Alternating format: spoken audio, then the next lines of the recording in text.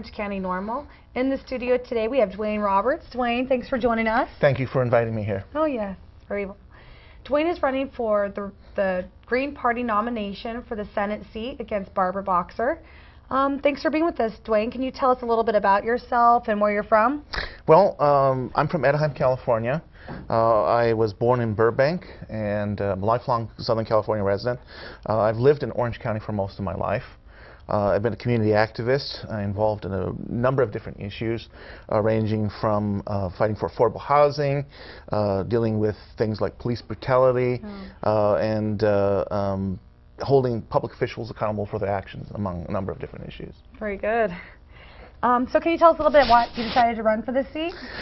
Well, at first I wasn't certain if I was going to run, especially given that California is a very big state. But a number of people that I spoke with decided that they felt that there was a need to run a progressive candidate against both the Democrat and Republican that are running for this same seat that I'm running for, and I agreed with them, and I decided that, you know, I'm really sick and tired of the things that are going on in this society, and I want to put a stop to it, and I want to bring about real change, not the kind of phony promises that we keep hearing from the establishment candidates, so to speak.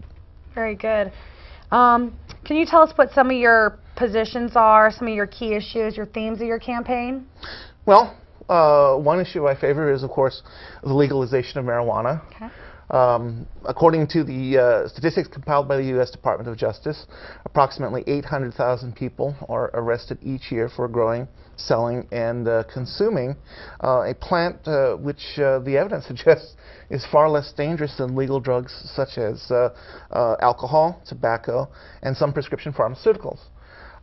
This is a waste of jail space, clogs up the court system, fills up the prisons, and diverts the time of police, prosecutors, and judges away from going after people who commit violent criminal acts against others. Exactly. I favor legalizing marijuana. One of the reasons, of course, is that we'll be able to regulate it and make it much safer for consumers to use. It'll also bring in billions of dollars in new tax revenues for cash-starved state, local, and federal governments. And in addition to that, it'll help facilitate the development of industrial hemp as a very valuable agricultural commodity in this country. So that's one issue that I'm running on, one of the major themes. Another is that I favor ending overseas wars in favor of tuition-free higher education for all. If we withdrew all U.S. troops, private mercenaries, independent contractors from Iraq and Afghanistan, we would save about $200 billion a year that are currently being wasted on these colonial wars. And we could use a portion of that money to guarantee that every academically qualified student in this country could obtain a tuition-free education at any public college, university, or technical trade school of their choice. Wouldn't that be something? So other issues, I favor single-payer health care. I'm opposed to nuclear power. I'm in favor of solar energy. Nuclear power is one of the most dangerous and most expensive sources of energy known to humankind. Not only does it require billions of dollars in taxpayer subsidies for it for a nuclear plants to become commercially viable, but it's very dangerous in all aspects of its operations. So I think that we can do better by going towards solar and other safe and renewable sources of energy. Favor of same-sex marriage, immigrant rights. I oppose war on Iran. There's a lot of other issues, and you can find that information out available on my website. That's www.votefordwayne.org. Vote for Dwayne, that's D-U-A-N-E? That's correct. Yes, I'll spell it out. www.votefordwayne.org and D-U-A-N-E. Very good. So can you tell us a little bit about the Green Party and why you chose to be a member and run as a Green Party candidate as opposed to some of the other parties? I guess you would say that the Green Party is a party for social and environmental justice, and we don't take money from corporate donors, among other things. I joined the Green Party back in 1996 when Ralph Nader first ran for president, and I've been a member since that time. So, again, the Green Party, it pretty much has always been in favor of progressive things like what I've told, like, for example, the legalization and decriminalization of marijuana and other drugs. All right, well, thanks, Dwayne. Is there any other one message you want to leave with our voters or any way that they can get involved with your campaign? Yes, just go to my website, www.votefordwayne.org, and you'll find all the information you need to learn more about how you can help my campaign for U.S. Senate in California. Very good. Let's hope that we can all get involved because Dwayne's campaign sounds like it'll be definitely exciting and important. He's actually going to be one of our speakers at the Know Your Rights Expo. That's right. In August at the Anaheim Convention Center. So visit Dwayne's website, get involved, come to an Orange County NORML meeting, and we'll see you around soon. Hi, thanks for joining us for NORML News, brought to you by Orange County NORML. My name is David James. And I'm Candace Haas. We're bringing you important stories on marijuana law reform and hemp, which aren't usually covered on the NORML News. Our first story from Lake Forest and Costa Mesa, actually. A federal judge is expected on Monday to hear arguments on whether 4 medical marijuana patients can use the Americans with Disability Acts to prevent 2 cities from closing medical marijuana dispensaries.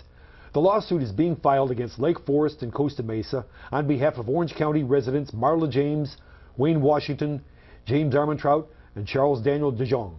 The filing alleges the city's efforts to shut down medical marijuana dispensaries deny them access to public services. All of them suffer from severe disabilities and illnesses, says Matthew Pappas, who is representing them. They have tried other medicines to help all the various symptoms associated with the disabilities and illnesses, and those have not worked for them.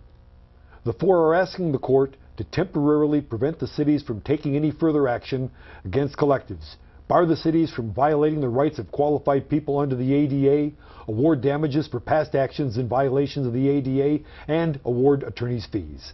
According to the complaint, Pappas will argue the ADA law allows the patients to lawfully use marijuana for medicinal purposes under federal and state law.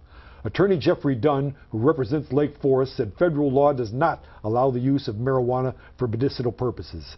The issue was decided in 2005, said Dunn. This is a legal argument. We're not contending they aren't patients under ADA, but what they're asking for is illegal. Dunn said Costa Mesa officials are taking a consistent approach to that of Lake Forest.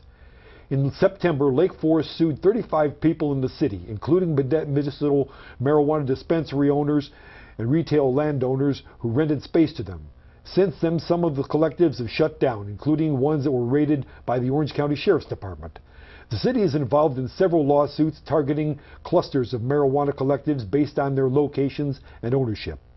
11 dispensaries still operate in the city, including one that opened in January. 10 have shut down after being sued by the city, or in some cases under pressure from their landlords. Now city officials are waiting to hear a judge's decision on their request for a preliminary injunction to shut down the remaining dispensaries.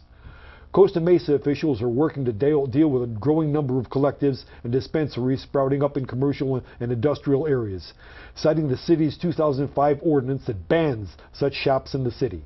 In February, Costa Mesa police began cracking down on dispensaries operating illegally in the city, under the guise of wellness centers or businesses offering holistic medicine.